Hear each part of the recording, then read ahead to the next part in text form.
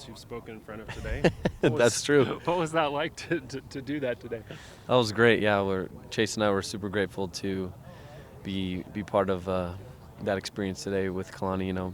Being the devotional speaker, it was packed. Vice President Vorking was telling us probably the biggest crowd they've had for a devotional this year. So I'm glad that all of Cougar Nation showed up to listen to Coach Kalani today and hear from his message and his stories and what he had to say. I think I loved all the things that he shared. I imagine you'd heard most of the stories before. I don't know if he's shared anything new, but I just wondered what the experience was listening, as he gave that devotional talk. Yeah, so actually the NFL story, that was one I hadn't heard before. And so he hadn't shared that with me at least, or in a team setting where I'd been present before. So hearing that, kind of interesting to see that that journey of prayer where he was like, I just want you to do what's best for me, and having that happen and being a little bit confused, but working through that. I had heard the story about Cascade Elementary. I did not know that it was Elder Vice-Ikahama.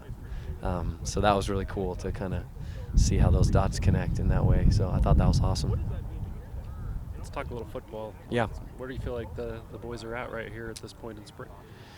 I think we're in a really good spot. I feel like we're in a place where we're not so much coaching, assignment and like learning the scheme as much, where we're coaching smaller, minute details as far as like, ways we can disguise, different things we can implement into, those kind of coverages and what looks we're seeing, as opposed to just purely teaching us the defense. I think as a whole, we're way farther ahead as far as just ownership of the defense, which is great.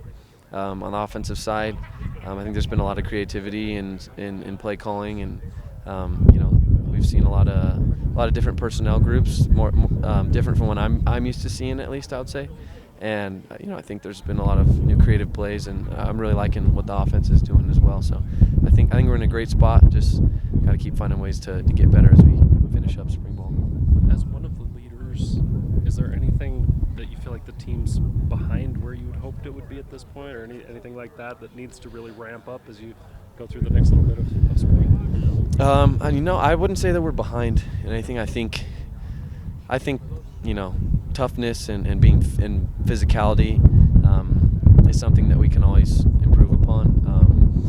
This is kind of a weird time of year too, because it's like we're not directly preparing for a game. We want to keep our teammates healthy, but at the same time we want to play fast and physical. So learning the balance of keeping your teammates safe from injury, but also playing really hard. So I think there's still some guys who are figuring out what that tempo looks like. So I think across the board we can be better at that. I think that'll be something that'll help us really elevate as we go into the back half of spring ball. We saw some 4-minute today. Yeah. As a safety, what's going through your mind in those situations as you're trying to get a stop in a late game situation? Yeah. So obviously in a 4-minute situation, we had two different situations today. Obviously the dynamic of those end of game situations has changed a little bit with the 2-minute timeout. So that's an additional, clock stoppage that we get. But we know really if we let them get 2 first downs, the game's over. So our mindset is, try to get the stop on those first, 3 downs, and then force the punt. If they are to get a first down, we got to get out of the next 3 downs some way. So really just focusing on understanding what we're going to get. Most of the time we're going to see more run plays, right? So I think we play a little bit more aggressive, understanding that we're expecting to see the run. But then when we get them into 3rd and longer situations, anticipating seeing screens or other types of passes to pick up first down. So yeah, just really anticipating what kind of plays we'll see from the offense. Do you have areas of emphasis you're trying to work on specifically as a safety unit over the course of spring camp? I think something that we're definitely focusing on is being interchangeable, being able to, play both the strong and the free position, and being able to, when there's motion and when there's, different formations and things we see, we can flip and take each other's roles rather than, putting one guy in a tough spot way out of position to transition. I think another thing too is just really leading and guiding back there, being the quarterback of the defense, making sure that we're lined up and we see, things before the play in the formation that, tip us of certain things that might be coming, make sure that we make the right calls and checks to put us in the best position to make plays. So I would say those are the two things that we're really focused on as a safety group. What's your journey been like? You and I've talked about it before, but I always like that question because it seems to evolve as camp goes along or experiences go along. What's it like to take a second and just think about your path that's gotten you to this point? I have a lot of gratitude, super grateful.